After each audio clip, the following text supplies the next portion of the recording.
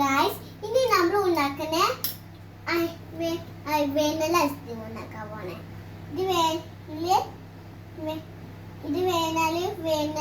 Vanilla essence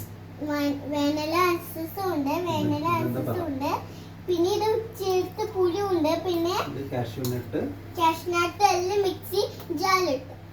ഇനി നമുക്ക് കുറച്ച് പാലുണ്ട്, മിൽക്ക് പൗഡർ ഉണ്ട്, എനിക്ക് എല്ലാം ചേർത്ത് മിക്സ് ചെയ്യുക.